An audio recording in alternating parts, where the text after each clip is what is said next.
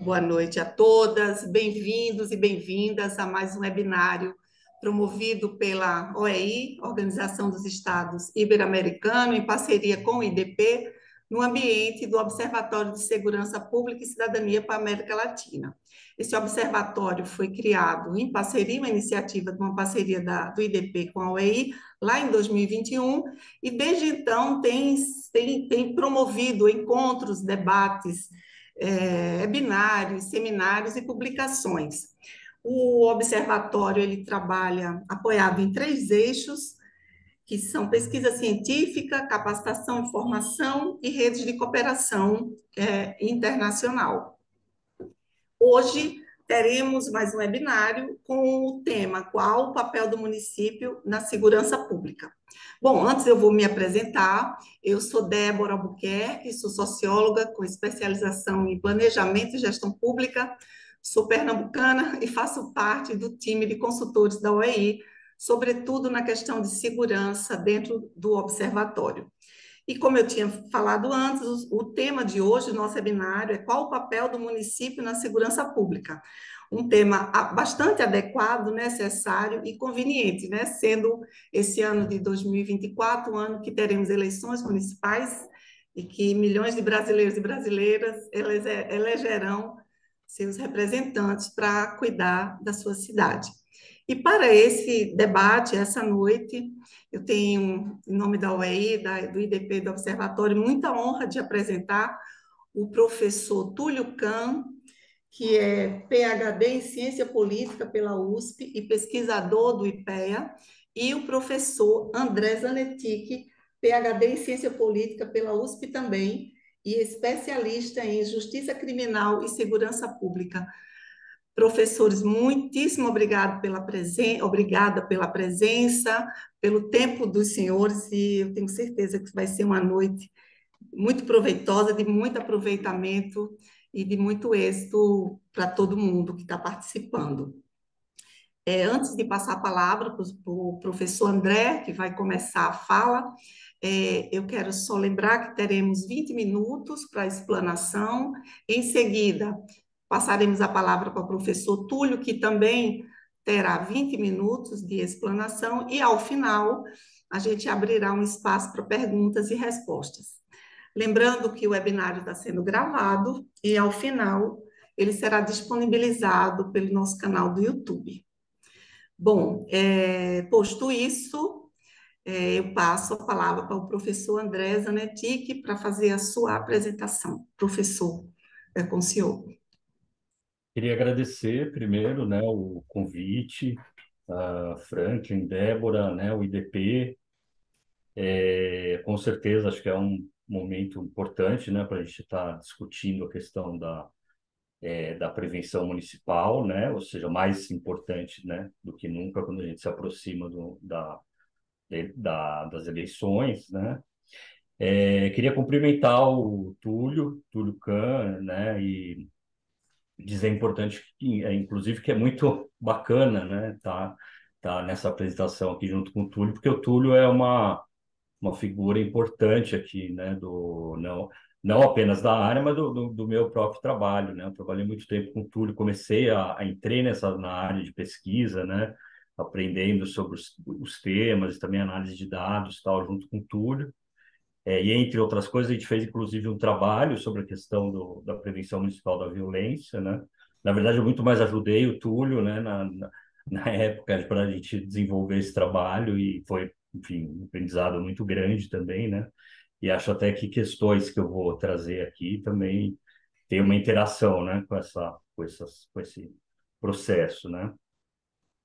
Bom, eu queria então situar, assim, né? Vou tentar ir rápido, assim, mas colocando, né, que eu queria falar um pouco sobre duas questões centrais, né? Uma até acho que o Túlio vai fazer também bastante vai contextualizar nessa questão, então eu nem vou me preocupar tanto assim com isso, né? Mas colocar aqui as duas grandes questões, talvez, que a gente pensa ainda hoje quando fala em segurança municipal. Hoje a gente tem esses dois campos, né, que é o campo mais das guardas municipais, né, e que tem toda uma discussão sobre qual é o papel da guarda, né? Tem uma questão também de uma tendência muito grande, né? Mas eu vou mostrar que ela não é assim tão coesa, talvez como parece, né? De tendência mais para a área de repressão, né? No aproximação com as polícias, né? E a área da prevenção, né? Que foi cada vez mais ganhando força também, né? E hoje a gente pode falar que se divide um pouco nessas duas questões, a prevenção cada vez mais ganhando força, né? Eu acho que nos anos 80, 90, quando começou a ficar mais forte, né, a questão da prevenção municipal, né, sobretudo com a própria legislação, né, com a Constituição, que abriu algum, né, que falou um pouquinho, né, sobre o papel dos municípios nessa área da segurança, né, falou principalmente da guarda, né, da possibilidade dos municípios criarem guarda. Então esse momento foi marcado pela questão da guarda e ainda é muito forte nesse sentido, né? Mas eu queria aqui dar bastante ênfase, principalmente eu vou falar um pouquinho, né, desse perfil da guarda, de como tá, mas dar mais ênfase nesse aspecto da prevenção, né? Então, vou falar um pouco do status das guardas, um pouco como tem crescido, né, as guardas municipais, né, como esse perfil, né, do que as guardas fazem ainda é muito pouco claro, né, é, e, por um outro lado, falar um pouco do que tem crescido em termos de prevenção, né? Cada vez mais você tem um foco, né, do trabalho municipal, poder, acho que isso foi sendo fortalecido, né? Desde dos anos 2000, né, no final lá do governo Fernando Henrique, depois teve, enfim, teve vários processos, teve o Pronace, né? Não vou pontuar tudo que ocorreu, mas que foram fortalecendo esse papel, né? A importância do município ser digamos assim, esse elo, né? Essa entidade que pode atuar mais na área preventiva, né? Do que principalmente o campo estadual, né? Da polícia, né? Sobretudo, né? Que é mais focado nas polícias, na repressão, enfim, né? E aí pensar um pouco nisso, né? Hoje em dia tem vários tipos de projetos, né? Teve um período aí que foram feitos, né? Até hoje são feitos, né? Existiram estudos que mostravam como a questão dos bares, né? Abertos até tarde, né? Em determinados locais poderiam influenciar em determinadas práticas, nos homicídios e tal. Então os municípios tiveram intervenção nisso em alguns locais, em Diadema, em São Paulo, né? Algumas localidades em outros estados também, podem atuar em controles do espaço público, da iluminação, né? E assim por diante, né? E essa parte do controle do espaço físico, né? E das condutas municipais, que acho que é algo bem significativo que eu vou destacar um pouco mais, né? Então, só para falar um pouco, assim, né, bem em linhas gerais, né, teve um aumento muito grande das guardas municipais nos últimos anos, né? Os dados do Fórum Brasileiro de Segurança Pública mostram, né, que teve um aumento nos últimos 10 anos, né? Esse dado é de 2022, na verdade, teve um aumento de 35%, né? Enquanto o contingente da PM vem caindo nesse período, né? Só para localizar um pouco, né? As guardas cresceram muito, né? Hoje em dia a gente tem mais de 20% dos municípios, né? Tem guardas, né? E se a gente for pensar que os municípios grandes tendem mais a ter guardas, né? Quer dizer, é uma parte realmente significativa, né? O que acaba aparecendo quando a gente mostra o quadro com relação ao contingente, né, da guarda nos diferentes locais, né? Aqui esse dado está por estado, né? Tem lá o conjunto dos estados, né? Enfim, não vou detalhar muito isso, né? Acho que tem características próprias, né? Por exemplo, se a gente for ver de uma forma geral, se a gente juntar lá Bahia, Rio de Janeiro e São Paulo, né? A gente tem mais da metade do contingente da GCM, né? Que está por volta de 100 mil pessoas hoje, ou seja, um número muito significativo, né? Está entre 25% a 30% mais ou menos do que é a polícia militar, né?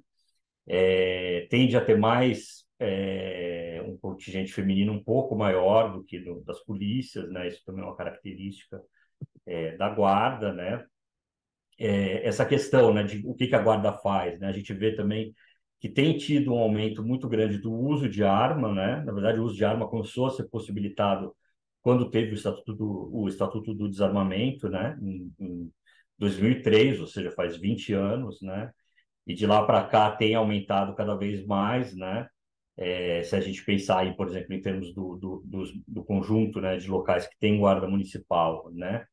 E que ou usa arma de fogo, ou arma de fogo mais outros tipos de armamento também, né, armas não letais, teve um aumento de 15 para 22% no intervalo curto aí, né, em 5 anos, esse dado de 2019, né, é um dado que eu peguei da Folha, mais para ilustrar um pouco, mas por outro lado tem muitos outros municípios que não usam guarda, que não usam arma, né, que não tem ou seja, que continua grande, né, a existência da guarda sem arma, o que mostra também que um uso da guarda que tende a ser menos repressivo, né? Sobretudo se a gente for entrar nos municípios, vai ser os que são os menores e tal, né? Mas de qualquer forma, né? A guarda que é desarmada, sem arma letal, inclusive sem arma não letal, claramente tem né, uma utilização menos do cunho mais repressivo, né? Isso aqui é só uma descrição disso que eu falei. Aí eu peguei esse dado aqui, talvez o Túlio até se lembre disso, que isso faz parte de uma pesquisa lá atrás, né? Que a gente da pesquisa que a gente fez em conjunto, né? Isso ainda existe, né? Essa classificação do Ministério do Trabalho tem a sua classificação brasileira de ocupações, né? Isso aqui é um perfil da guarda há cerca de 15 anos atrás, né? E muita coisa se mantém, né? E é interessante ver isso porque a gente vê lá, né, que se a gente for pegar tanto o lado mais de atividades de repressão, mais atividades, né, que próprias da polícia, né, tem lá, claro, aqui a gente está pegando um rol, né, de todas as guardas que existiam na época e tudo que elas faziam e foi catalogado aqui, né? Então tem tipo quase todo tipo de atuação, né? Desde, enfim, de reprimir infrações, né? Favorecer prisões de flagrante, né? Prevenir o uso de entorpecentes, a questão de cuidar de armamentos, etc. Mas é também interessante ver que tem muitas ações, né, que a Guarda exerce em colaboração, né, com a segurança pública, né, de promover segurança, enfim, nas escolas, a parte preventiva, né, eles situaram lá proferir palestras, né, de orientação, né,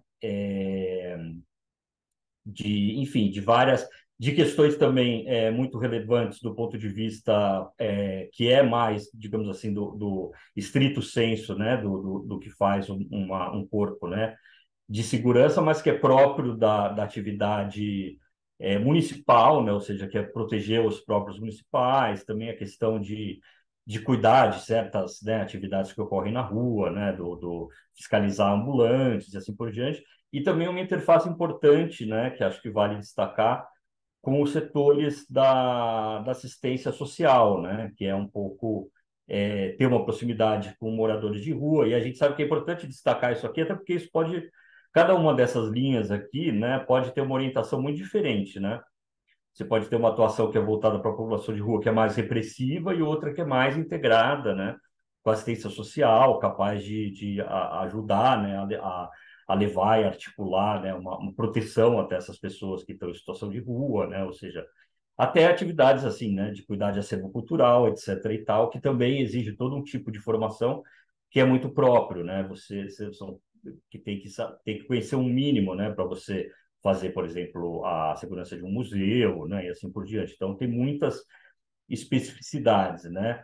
Isso para falar um pouco, assim, então, né, um pouco de que lugar que fica essa guarda, né? Eu acho que ainda é um debate, acho que vale a pena até trazer um quadro como esse que é antigo, digamos assim, mas que muitos dessas linhas aqui ainda estão presentes, né?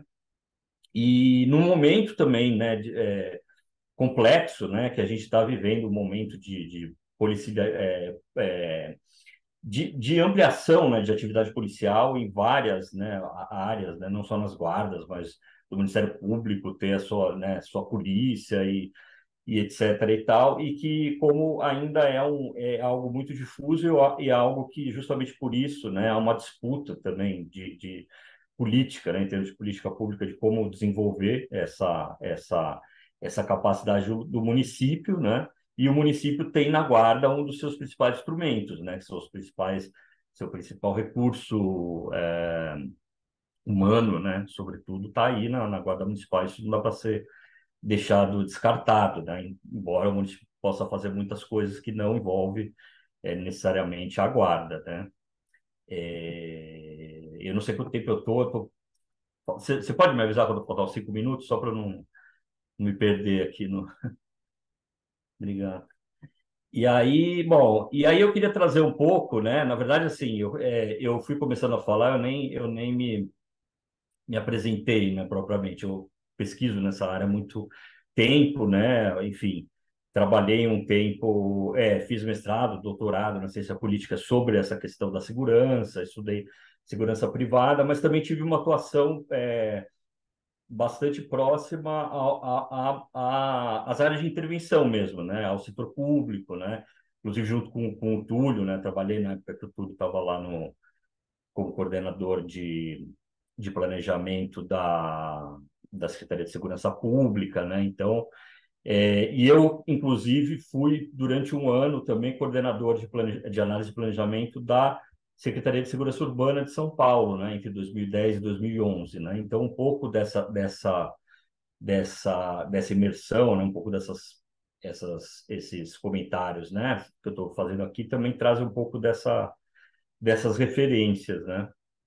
E nesse período, né, um pouco antes e também um pouco depois, junto com um grupo de pesquisadores, a gente desenvolveu por um tempo, né, um grupo de pesquisa, mas também de desenvolvimento de projetos, também para auxiliar, né, municípios que queriam desenvolver, enfim, projetos municipais de segurança, e que chamava Cidade Segura, né?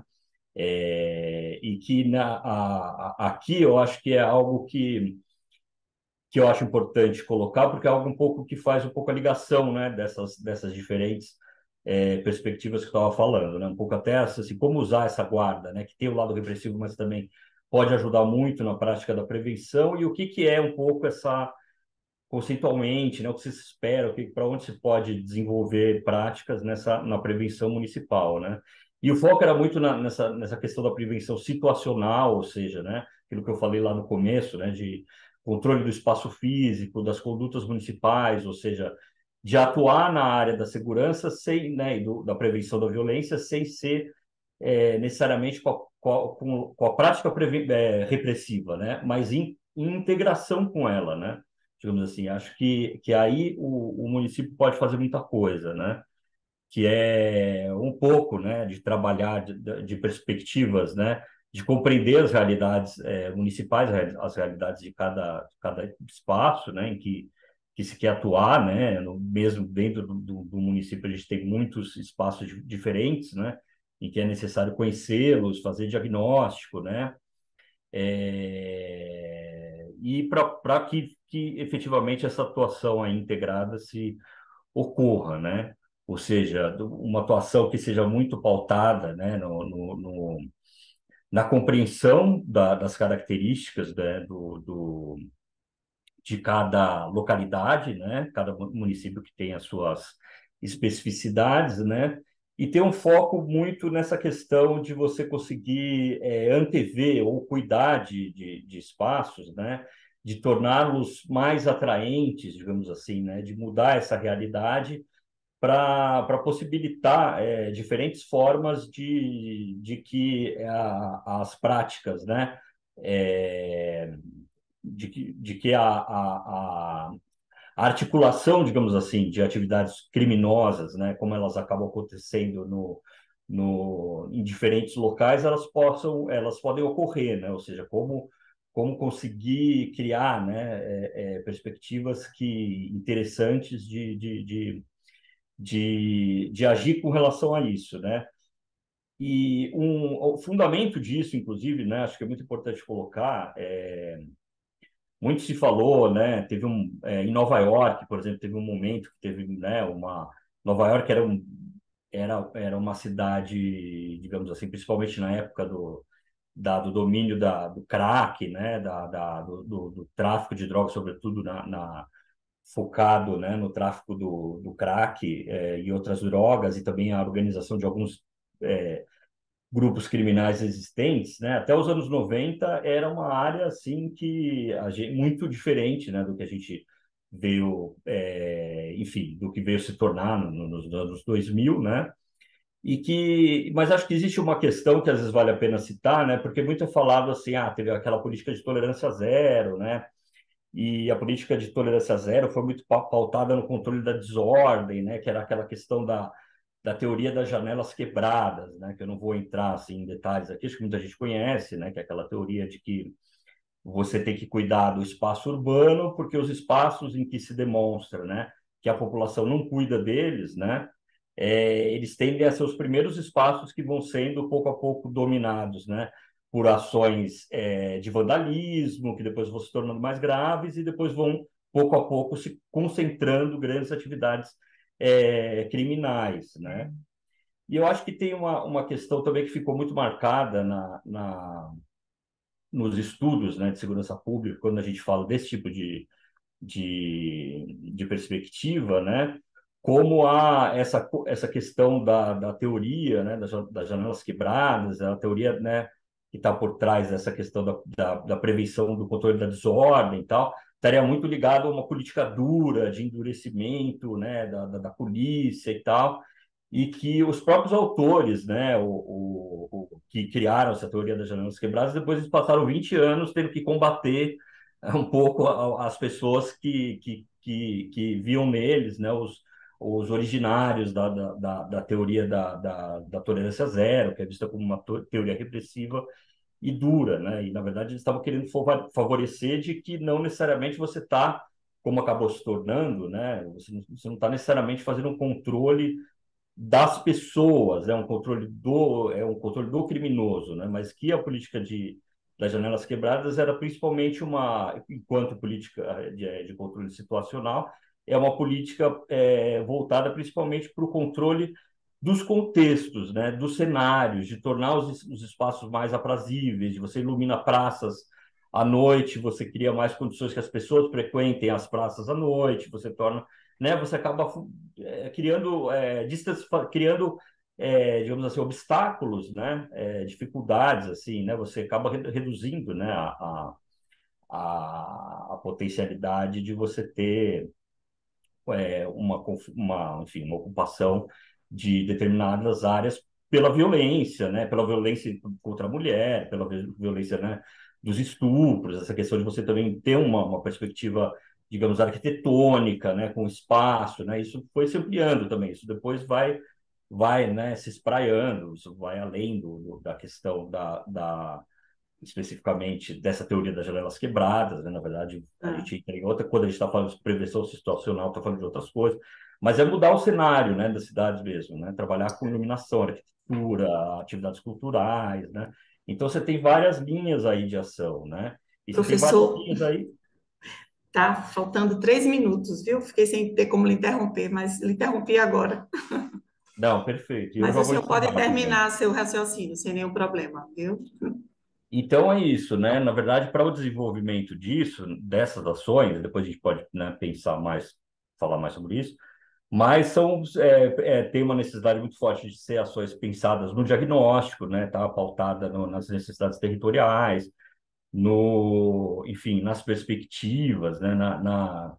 Na interface com a comunidade, na participação social para pensar, né? Propostas para essas pessoas interagirem, inclusive legitimarem ações, né?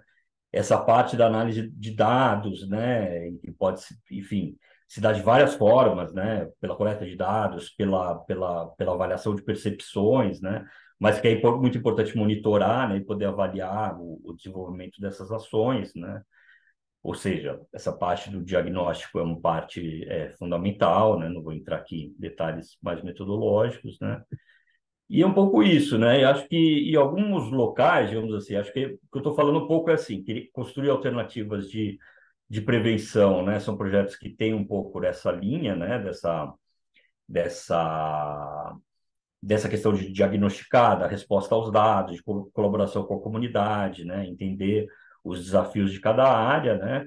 E algumas experiências exitosas que a gente pode localizar em São Paulo, até muitas que foram, inclusive, se desenvolveram de formas em períodos mais recentes, né, nos anos 2010 até atualmente, né, algumas cidades, Recife, Canoas, tem né, um trabalho importante, né, são perspectivas que se desenvolvem um pouco nessa interface, né, de não ter uma contradição entre segurança e cidadania, né, da necessidade de integração de forças, né, inclusive repressivas e preventivas, né, e mais essas perspectivas aí. Eu já falei bastante sobre comunidade e tudo mais, e acho que é um campo aí muito proveitoso para ser dentro de um cenário talvez cada vez mais, né, em que a repressão assim vai, né, se mostrando cada vez mais forte. Isso não significa que não é importante, né, mas pensar um pouco nessas integrações aí para ter resultados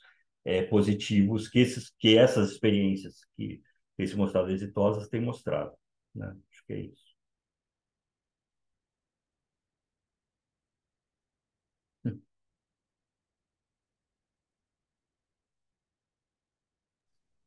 Pronto.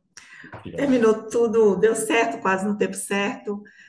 Muito obrigada, professor André, pela explanação, pelos dados, pela contribuição.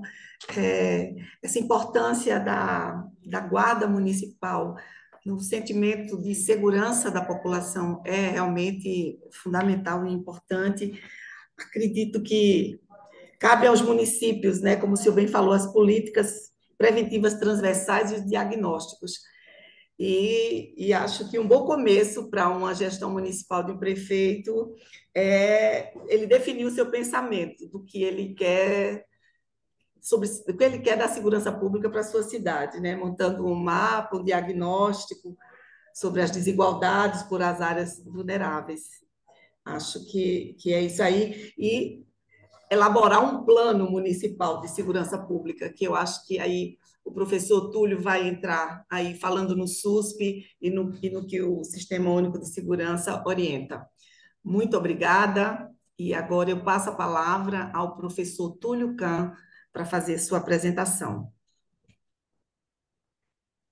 Obrigado, Débora Flanking, pelo gentil convite e as suas respectivas organizações. André, parceirão aí de muita pesquisa, né? Trabalho, prazer estar aí contigo. E muita coisa o André aí já abordou. Eu vou tentar compartilhar rapidamente alguns outros tópicos, né? A apresentação toda é grande, eu vi que o tempo é provavelmente escasso para a gente abordar, mas vamos discutindo aí aos poucos, eventualmente nas perguntas a gente consegue avançar para os outros temas. Né?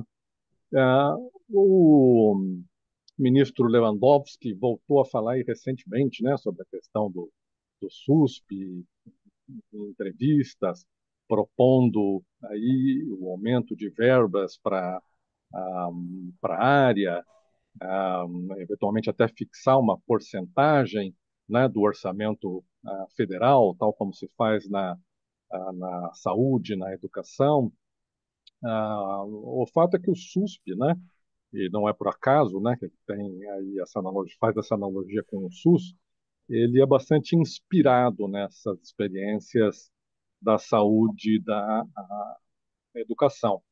Agora, nós estamos muito longe, né, do que essas áreas já alcançaram em termos de municipalização da saúde e da educação, que foi basicamente definida lá pela Constituição de 88, principalmente, né, e que definiu aí mais ou menos essas competências de cada ente federativo. Então, na área de educação, você tem, então, o município entrando com a educação básica, o Estado com o ensino né, médio fundamental, o governo federal tem as universidades federais nos estados, e ele tem o Instituto de Pesquisa, né, que traça, e o INEP, né, que traça as diretrizes aí para as áreas, faz né, levantamentos quantitativos e tal.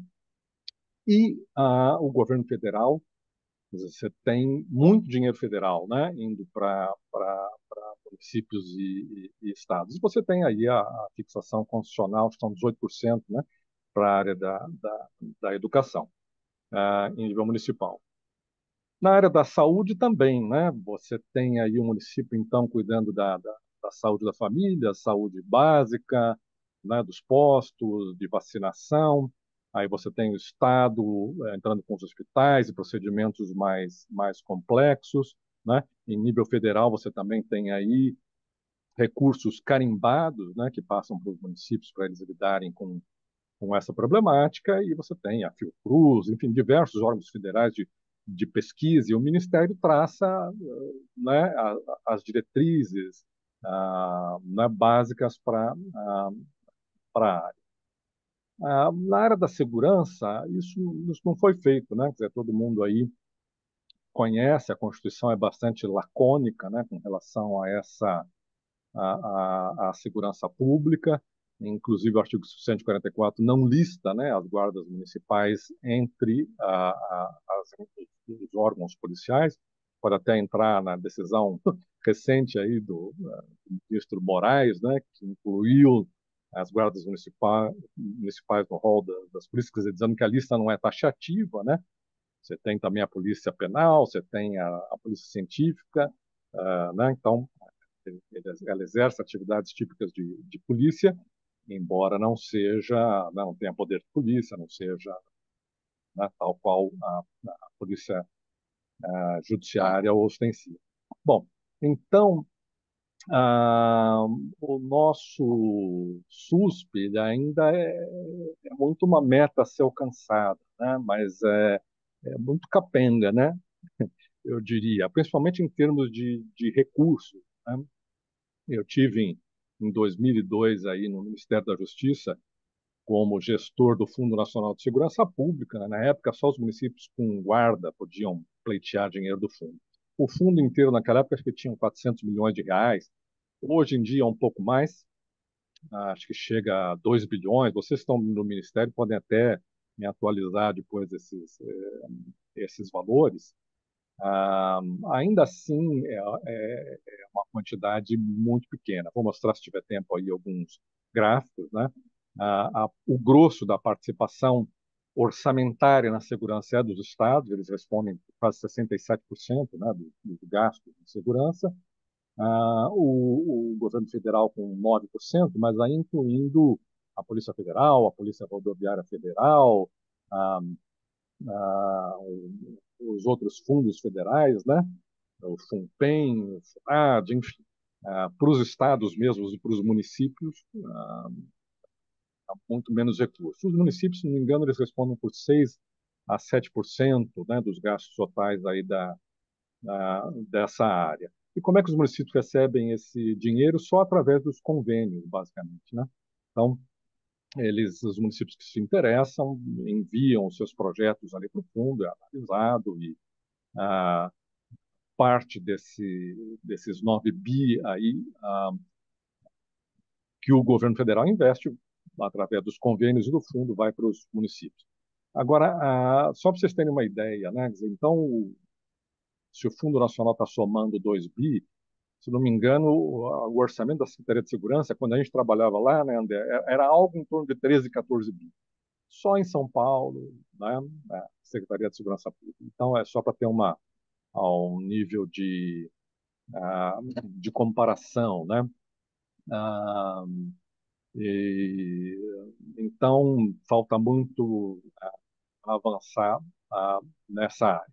Que, se a gente for pensar em termos históricos, é uma atividade relativamente recente, né? Realmente esse processo de expansão, tanto do governo federal quanto dos municípios na segurança, vem aí dos anos 80, dos anos 90. Até por conta do artigo 144, que dizia que as polícias são estaduais, né? E as pessoas equacionavam segurança pública à polícia, o governo federal e os prefeitos falavam: não tenho nada a ver com isso, não tenho polícia, né? Então não vou entrar nessa seara. Essa concepção foi se ampliando, né? E por uma série de motivos, os municípios e o governo federal foram entrando nesse campo da segurança pública. Você teve aí vários indutores, né? E aí vai o primeiro tópico. Acho que o próprio Fundo Nacional de Segurança Pública, na medida que ele permitiu que esses recursos fossem passados aos municípios, foi um indutor, né, dessa participação. O André lembrou bem aí também do Pronace, de outras experiências em nível federal, né, que sempre quiseram, né, incluir os municípios. Você teve aí um processo de crescimento da criminalidade no país e os prefeitos eram cobrados, né, para fazer alguma coisa. A população não quer saber se o crime é municipal, estadual, é federal, quer que alguém faça alguma coisa. E o fato é que muitos municípios já entravam, né, com recursos, por exemplo, ajudando as polícias estaduais. Acho que ainda hoje é assim, né? Eu lembro que tem município em São Paulo que pagava, por exemplo, o aluguel das delegacias, né, ah, da Polícia Civil, ajudava com combustível das viaturas da Polícia Militar. Às vezes eles entram com funcionários e tal, mas muitos prefeitos acabaram ficando insatisfeitos, porque, olha, a gente já dedica aí uma série de recursos, né, para a segurança pública e quando eu preciso de alguma coisa, eu não consigo, né, o comandante não me atende, não tenho acesso ao governador, enfim. Então vamos criar aqui a nossa própria estrutura de segurança sob nosso ah, controle. E também essa série de novas legislações, né, falando aqui especificamente do Estatuto da Guarda de 2014, da Lei do SUSP de 2018, cada uma delas ampliou um pouquinho, né, o papel do município e da Guarda Municipal no âmbito da segurança pública. Então, quer dizer, não só, né, essa distribuição entre os entes federativos, né, sobre o que fazer na segurança não é clara, como essas novas leis tampouco contribuíram para dar, vamos dizer assim, de forma definitiva, né, ah, essas atribuições, né?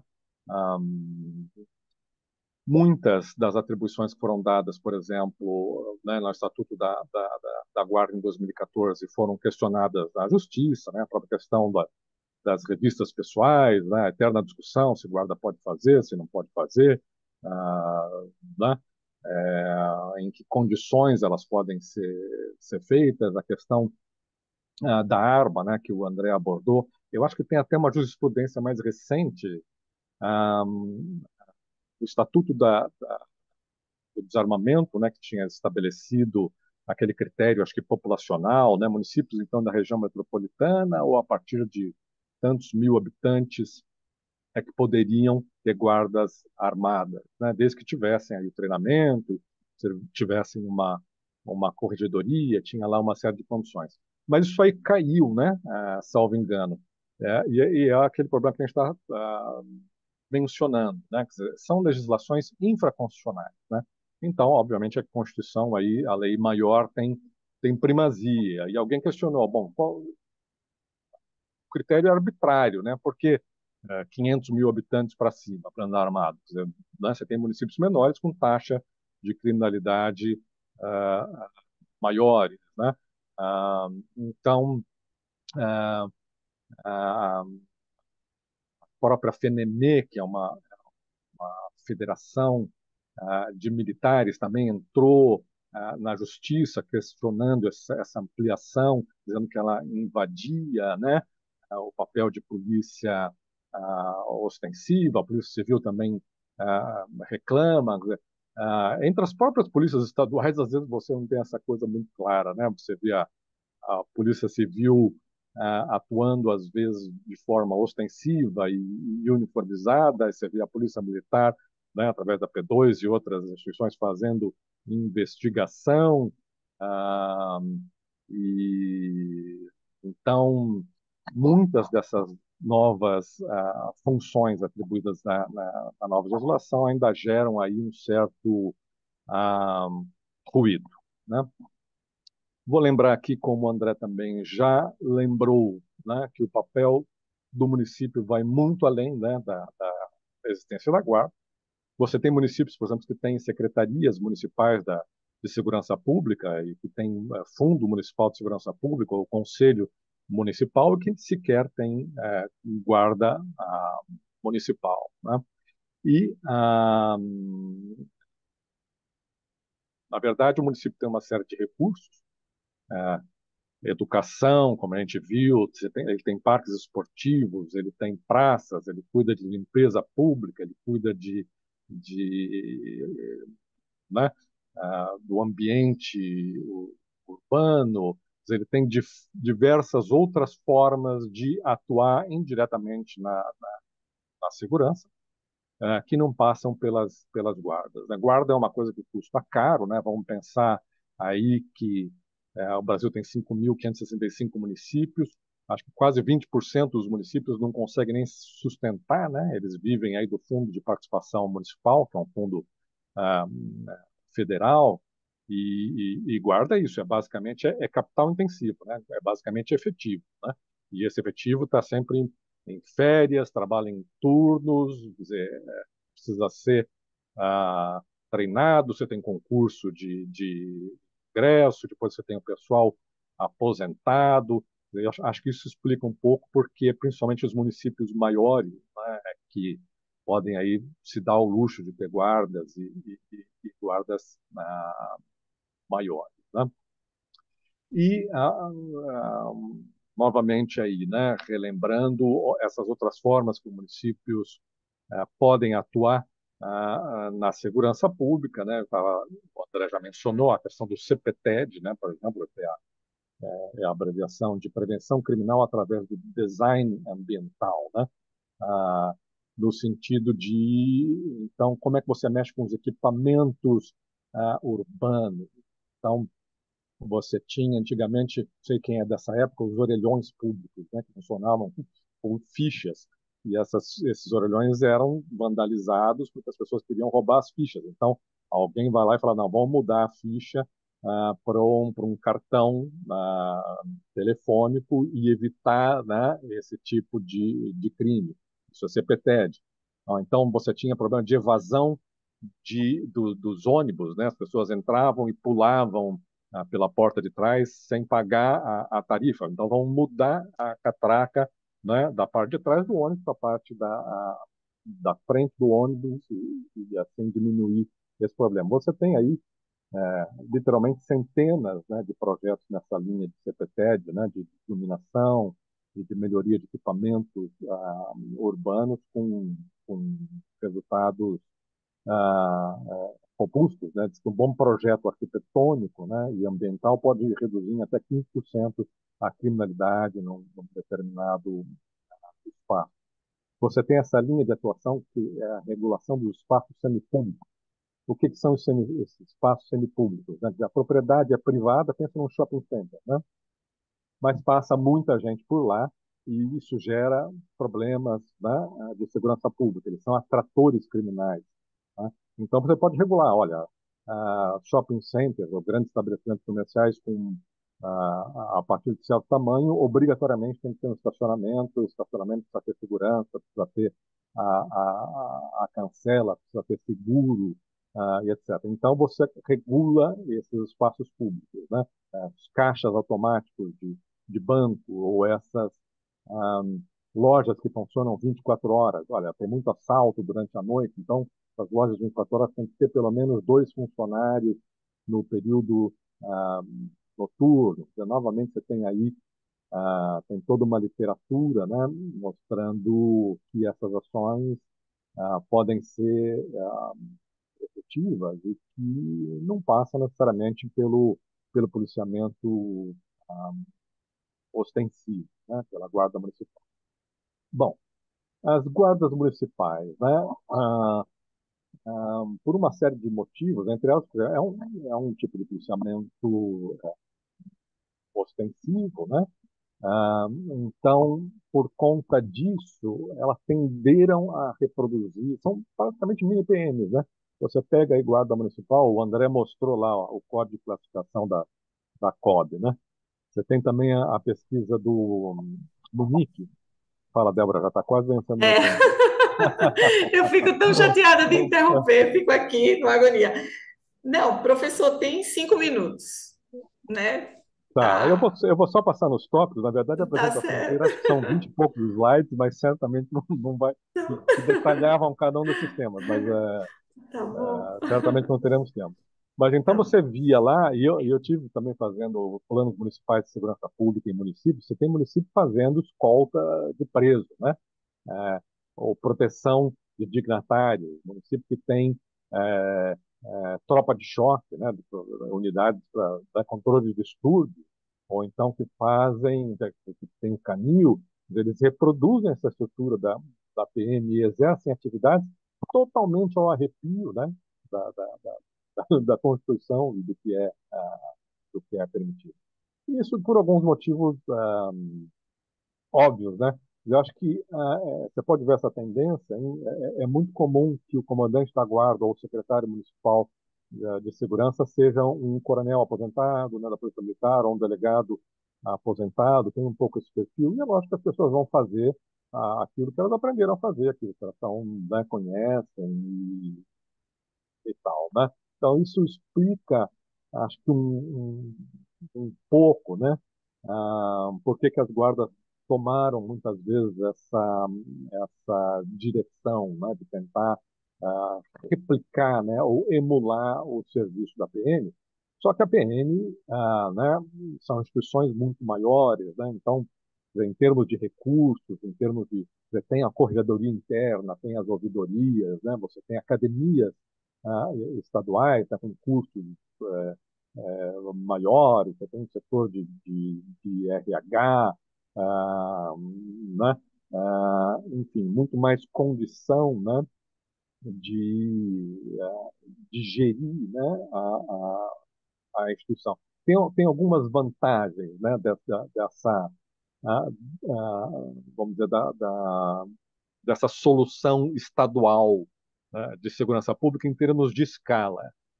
Tem toda uma discussão sobre isso. Nos Estados Unidos, por exemplo, você tem 18 mil departamentos de polícia lá, a polícia é muito municipalizada, você tem a polícia de condado, você tem a polícia federal, e é uma bagunça, né? Sabe que em termos de informação e de estatísticas criminais, o sistema brasileiro, aí o nosso Cinesp e outros são muito mais organizados hoje em dia por conta dessa vantagem de você ter 27 estados e suas respectivas polícias. Bom, para terminar, então é isso. Vamos ver se esse modelo, né, que está se formando aí, essa tendência em prol de ampliar, né, a participação dos municípios na segurança, de tornar as GCMs em polícias municipais, seria ou não um bom modelo, né? Você sempre teve o risco, né? Pensa numa pequena prefeitura do interior, né, onde o prefeito controla a polícia, que risco isso pode ter em termos do mau uso, né, desse poder dessa polícia para fins políticos. E concordando aí novamente com o André, né, também acho que é isso. Existe um outro caminho, né, que é a vocação da GCM seria então muito mais no sentido de uma polícia comunitária, uma polícia de proximidade né, com a população, que exercesse aí um papel de prevenção, como o Estatuto de 2014 prevê, né, num papel complementar à Polícia Militar. Boa parte dos atendimentos feitos pela Polícia Militar são desentendimentos da população, né? Isso é uma coisa que é muito demandada das guardas municipais, né? Essa mediação de conflitos de vizinhos né, entre a população e todo esse papel de apoio, né, que ela faz aos próprios órgãos municipais. Então, a saúde vai lá né, lidar com o usuário de droga e a GM atrás fazendo, né, o reforço, o acompanhamento dos assistentes sociais, dos profissionais de saúde. Quer dizer, fazendo só isso já é um bocado de coisa. Não vou me estender, infelizmente, como eu disse, eu posso deixar, talvez, compartilhar depois aí esse material, porque cada um desses tópicos tem dados e discussões que, infelizmente, não teremos tempo de abordar. Fico por aqui, vamos às perguntas. Muito obrigada, professor Túlio, pela excelente explanação, as provocações também. Me senti até provocada, porque estive no Ministério da Segurança, na elaboração do SUSP, e com muito entusiasmo, né, de que esse conjunto de orientações funcionem de norte de uma questão tão fundamental e que nunca teve nenhuma política específica, né, de segurança no Brasil. Então, é, desejo realmente que o SUSP consiga alcançar os seus objetivos né, e o sucesso que é importante que tenha, e que os prefeitos eleitos agora para janeiro de 2025 vão ter aí esse desafio de montar aí os seus planos municipais, né? Espero que essa questão avance, até porque é na cidade que a gente vive, né? Eu acho que quase 180 milhões de pessoas vivem nas cidades, e essa questão da segurança e do papel do município na segurança é, é importante. Então, até você Bom, ver, né? O SUSP, salvo engano, ele previa que em 2 anos, né, os municípios deveriam sim, entregar obrigatoriamente os seus planos municipais de segurança, sim, sob pena isso. de não receber recursos do fundo. As Onde é que estão esses transferências. planos? Onde é que estão esses planos de segurança? É. Né? Quer dizer, Aí cai na. falta ao Ministério da Justiça é isso, a Falta. cenoura e o chicote, né? Mecanismos para Isso, cobrar e implementar. exatamente. Falta isso, a gente tem um problema também grande de mudança de gestão, essa questão no Brasil é muito séria, né? As coisas começam, entra outra gestão, as coisas param, as coisas retrocedem, aconteceu um pouco isso também, e concordo com o senhor de que onde não tem o chicote vai ser difícil os municípios obedecer às orientações aí de fazerem seus planos, seus conselhos, enfim, tratar a segurança cidadã e pública como uma questão fundamental de vida das pessoas que vivem nas cidades, né? Vamos conversar mais e vamos observando e acompanhando. Eu torço para que essa questão evolua. Bom, abrindo agora o espaço para as perguntas, tem uma pergunta aqui de Tiago Cavalcante. Ele diz assim: boa noite, professor. Estou em formação no curso da Guarda Civil da minha cidade. Ele não diz a cidade. Hoje tive uma nova perspectiva de que a Guarda Municipal tende a substituir a atuação da Polícia Militar, pelo entendimento que a municipalização da segurança pública é uma visão do governo federal de humanizar o serviço e atender melhor a população. Isso seria uma iniciativa de acabar com a militarização do serviço público de segurança. Gostaria que o senhor respondesse ou discorresse sobre esse pensamento. E aí ele não diz Então, o professor, eu acredito que seja para o CEO, professor Túlio, mas o professor André também pode complementar, se assim quer falar, desejar. André? Não, pode falar, depois eu comento alguma coisa. Eu acho que é isso. Novamente, como ocorreu com saúde e educação, né? Existe essa tendência, né, de estimular os municípios a terem uma maior participação na segurança pública. Não digo que em substituição às polícias militares, né, ou civis, porque é isso. Para isso, você precisa passar por uma mudança constitucional, entre outras coisas, né?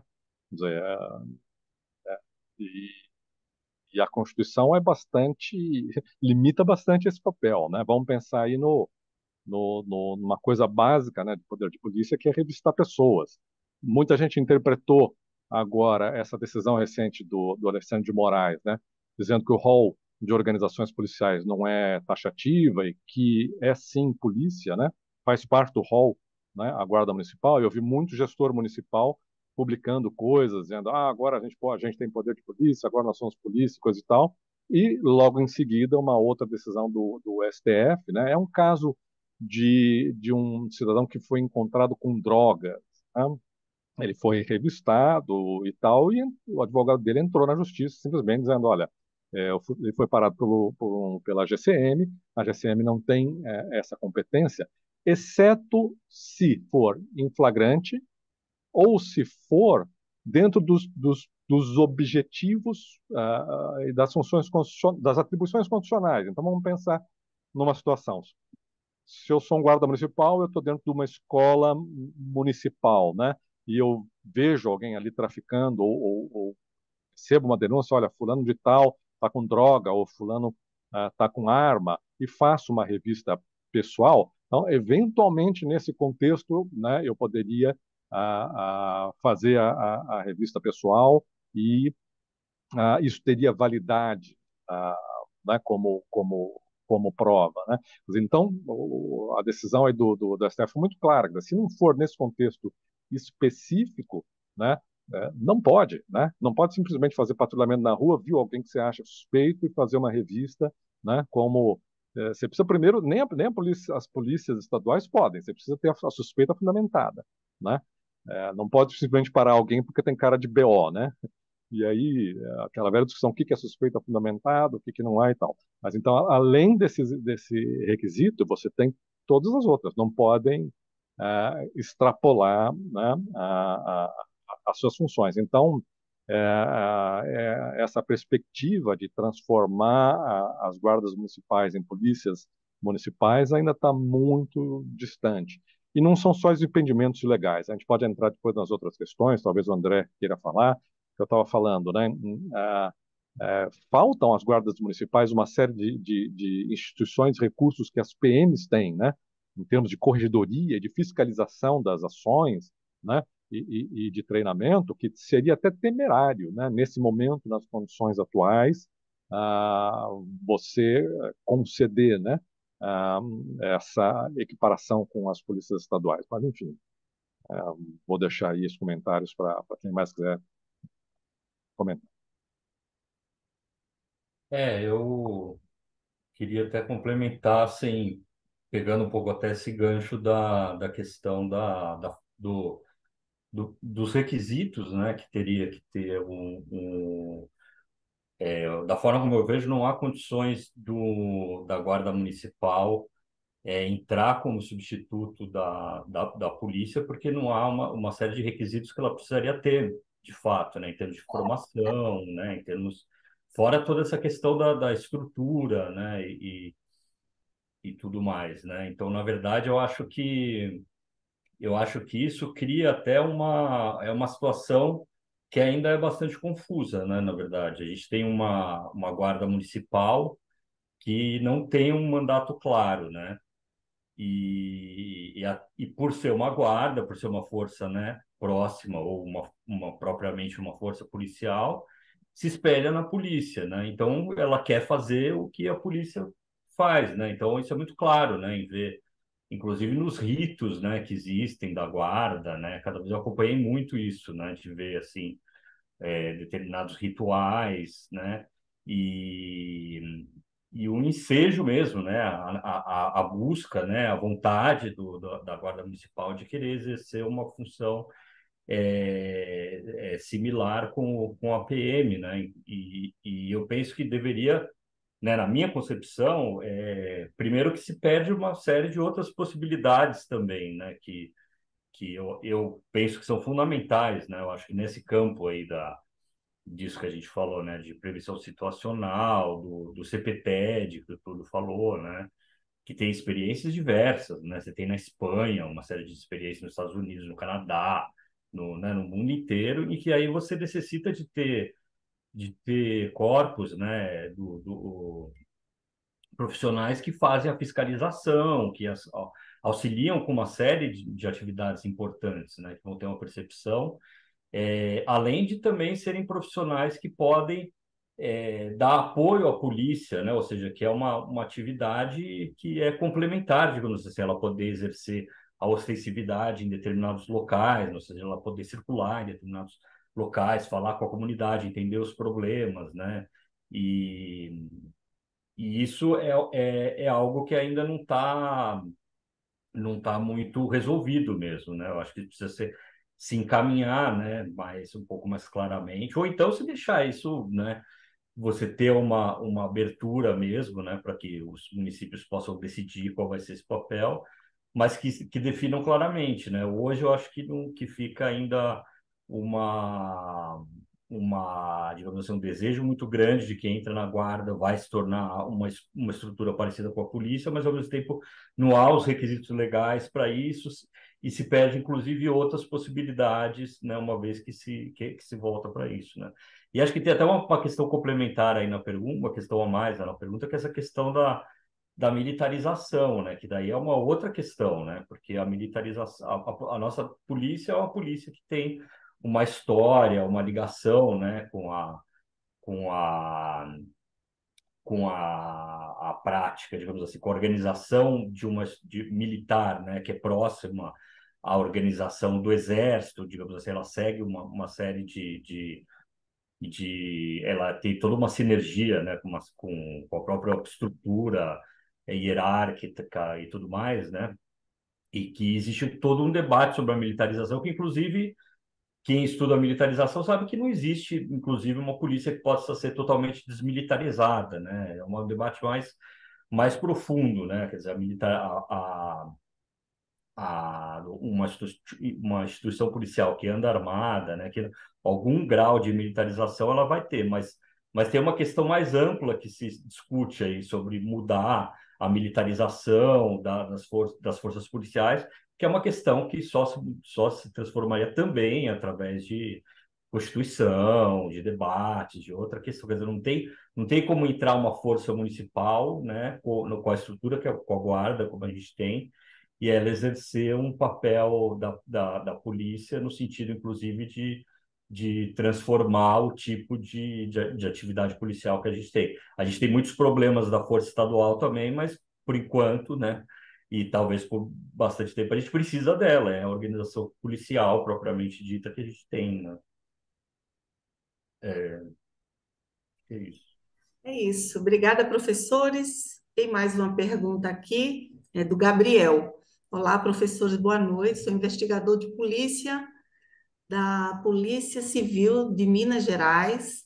Gostaria que comentassem sobre a possibilidade da Polícia Municipal integrada ao nosso Cinesp, considerando que a última inovação institucional na segurança pública foi a extinção da Guarda Civil feita pela ditadura de 64. Se a repressão é ainda indispensável, não seria possível capitalizá-la desvincular das PMs do Exército e vinculando as GM às corregedorias das PM, implementando o ciclo completo para as PM, especialmente nos crimes de menor potencial ofensivo e liberando as guardas para o policiamento ostensivo. Ele logo embaixo pede desculpa por ter misturado os assuntos, mas ele diz ter tentado ser objetivo. E aí a pergunta para os dois professores, para o senhor Túlio e para o senhor André. Retomando um pouco o que a gente estava comentando sobre essas divisões de funções entre os entes federativos, né? Federal, estadual e municipal, né? Como seria uma divisão possível disso, né? No caso da saúde e educação, parece mais ou menos claro, porque você tem, né? Então, a educação básica, fundamental e superior. Então, pronto, vamos pegar essas três divisões né, e atribuir cada uma preferencialmente a cada ente. Ah, há quem proponha, né, eu já vi isso, que, por exemplo, as guardas municipais se incumbiriam talvez das contravenções penais ou né, dos crimes de menor potencial ofensivo, fazendo TCCs, fazer uma divisão, por exemplo, em termos de nível de gravidade do crime, né? Pode ser né, uma divisão possível, né? Ou então, eu acho que o entendimento aí do Estatuto, em 2014, ele fala muito da função preventiva da guarda, né? Então, a guarda ocuparia esse papel, que eu acho que é o mais a vocação realmente da guarda, e as polícias estaduais assumiria, né, realmente mais o papel de polícia ostensiva e polícia judiciária, cuidando aí de crimes mais graves. Agora, o que é prevenção, né? A Polícia Militar fala que patrulhamento ostensivo é prevenção, né? Então, precisa definir, talvez, muito melhor. É muito diferente do que os criminólogos chamam de prevenção, né? Criminólogo chama tem prevenção primária, secundária e terciária. Né? A prevenção primária cuida de, então, saúde universal para todos, educação universal, né? Prevenção primária.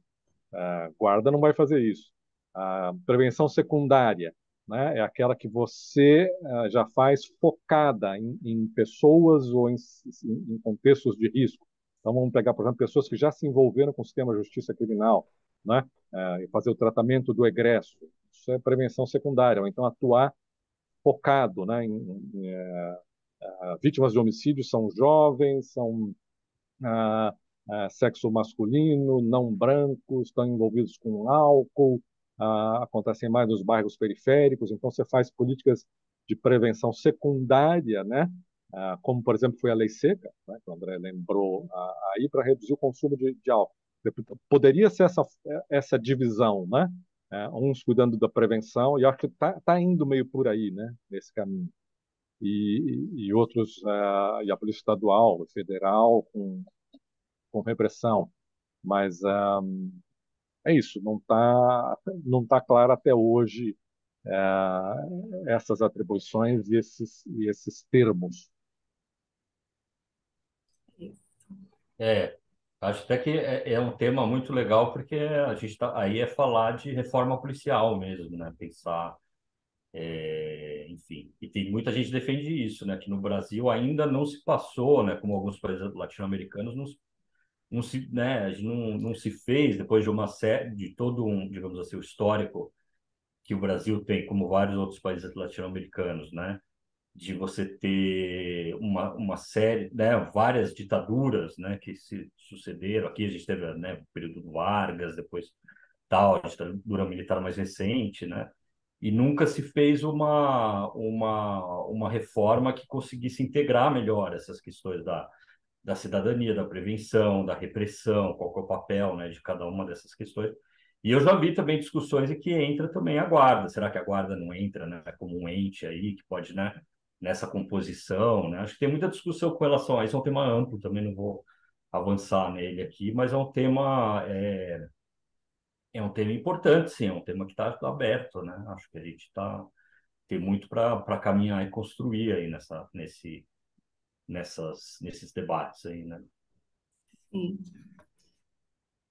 Bom, estamos nos aproximando do fim, mas ainda tem uma pergunta aqui que diz assim: qual ou quais iniciativas que o prefeito deve ter ao assumir a administração municipal na área de segurança cidadã? O que é que os senhores entendem e citaria como iniciativas para o novo gestor da cidade? Bom, essa pesquisa Munique que eu mencionei é uma pesquisa do IBGE, né? E ela, tempos em tempos, pergunta a todos os municípios o que que eles têm, como é que eles atuam na questão de segurança. É interessante quem quiser consultar. Então, você vê o que eles mais fazem, primeiro, é cuidar dessa parte que a gente chama de engenharia institucional. Né? Tem Fundo Municipal de Segurança Pública na cidade? Se não tem, né, convém criar. Tem Conselho Comunitário de Segurança? Você tem o Conselho Comunitário, né, que é aquele local com participação da população, e você tem o Conselho Consultivo, que é uma coisa mais dos especialistas, um órgão de auxílio ao prefeito. Tem guarda municipal? Não tem. Tem secretaria municipal de segurança? Não tem. Essa secretaria é própria ou ela está ligada a alguma outra secretaria? Então, tem toda essa parte de engenharia institucional que é preciso ah, ah, equacionar. Essas coisas que a gente mencionou aí, ah, de CPTED, né, de prevenção situacional, né, de participação cidadã, muitas prefeituras entrando aí com esses recursos tecnológicos, né, então enchendo aí as cidades de câmeras de monitoramento e de leitores ópticos de de placa, né, aí, de uma forma complementar até com a polícia militar, mas tem sido né, quer dizer, uma tendência. Em toda prefeitura que eu vou, eles têm um centro de comando e controle e monitoram, né, principalmente o centro da cidade, com, né, câmeras de vídeo, e identificam carros roubados, né, pelas placas, então tem tido muito ah, essa tendência. Ah, enfim, é um rol grande, né, de atividades que podem ser ah, tomadas, né? E lembrando, né, ah, isso deve ser feito em conjunto com as outras secretarias municipais e estaduais. Então, eu acho que o prefeito tem esse papel de liderar esse processo e vamos botar junto, né, numa reunião mensal, trimestral, o secretário municipal de segurança, o secretário de esportes, de cultura, de assistente social, né? Olha, qual que é o nosso problema, o que, que em conjunto a gente pode fazer aí de iniciativas e então o que a gente chama de gestão por resultado, né? Essa é uma coisa bacana que as prefeituras podem fazer, mostrar os dados e monitorar, ou melhorou, piorou, né? E todo esse repertório, né, que existe de boas práticas baseadas em evidência. Esse é um outro conceito também que acho que tem que ficar na cabeça de todo mundo. Então, não basta, tem que pesquisar, né? As pessoas não estão começando isso agora. Já foi feito muita coisa em outros países e coisa que foi analisada pela literatura científica de maneira rigorosa, mostrando o que funciona e o que não funciona. Dá uma olhada, por exemplo, no site do Cidade Segura, né, que é a organização que está por trás aí do caso de Canoas, de Pelotas, de Niterói. Tudo que eles fazem é política de segurança pública baseada em evidência. Você vai ter lá um monte de exemplos a serem seguidos. Ok, Eu acho professor. que eu concordo totalmente. Acho que é por aí. Acho que essas perspectivas são as principais, né? Lembraria até o nome Cidade Segura acabou, né, influenciando muito tem vários grupos, né, assim enfim, tem esse grupo que o Túlio mencionou, que é o principal, mas acho que a principal referência, se não me engano, é a Cidade Segura, que é lá de Colômbia, né? O exemplo de Colômbia, acho que é um exemplo muito importante também. Acho que eu acrescentaria dar uma olhada no projeto Cidade Segura de Colômbia, de Bogotá, enfim, como complemento aí tudo isso que o Will mencionou. Isso. É uma junção de o prefeito saber e ter a plena consciência de que ele deve comandar o processo, de que a questão da segurança nas cidades precede a ação policial, né? Acho que tem todo um investimento que tem que ser feito antes da ação policial ou simultaneamente, né? Mas eu acho que o que o professor Túlio falou é isso, o prefeito ter a consciência de que ele é o comandante desse processo de segurança, que a secretaria executiva dele é, é, coordena com ele junto, mas ele, como o comandante do processo, eu acho que isso falta. E a cidade de Medellín como sendo um exemplo prático e ainda e contemporâneo e atual de uma cidade que mudou totalmente a sua vida, a sua dinâmica e hoje é uma referência, né? Bom, acho que a gente já pode começar com os agradecimentos e já terminar pelo avançado da hora. Eu quero agradecer pela presença de todas as pessoas que estiveram conosco até agora e quero agradecer muitíssimo pela a participação e a fala e a explanação do professor André Zanetti e do professor Túlio Kahn, né, que nos trouxe aí tanto conhecimento, tanta coisa que clareia nossa discussão aí acerca da questão da guarda, da questão da segurança nas cidades. Eu estou certa de que foi uma experiência muito positiva para todos nós nessa noite. Quero só relembrar de que esse webinário vai estar disponível nos nossos canais do YouTube, para que depois, quem quiser rever ou passar a indicar para outras pessoas, acho que é uma grande ideia, uma grande indicação. Muito obrigada, professor Túlio, professor André, mais uma vez, e uma boa noite. Até o próximo encontro. Vamos conversar mais. 20 minutos é muito pouco, vamos mudar esse formato. Né? Tá legal. Boa noite, Obrigado. então. Obrigado. Obrigada a todos, Até a obrigada a próxima. você. Até a próxima.